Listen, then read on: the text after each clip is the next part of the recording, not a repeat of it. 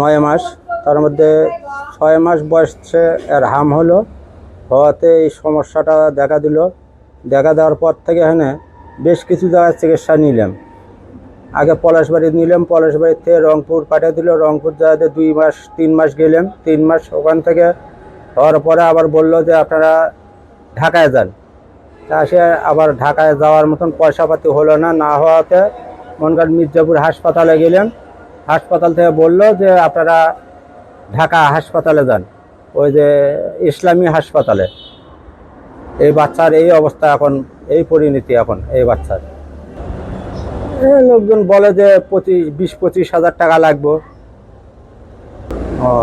এখন বর্তমানে একটু চোখের যে অবস্থাটা, চোখে মনে হয় যে না দেখারই মনে হয় অবস্থা।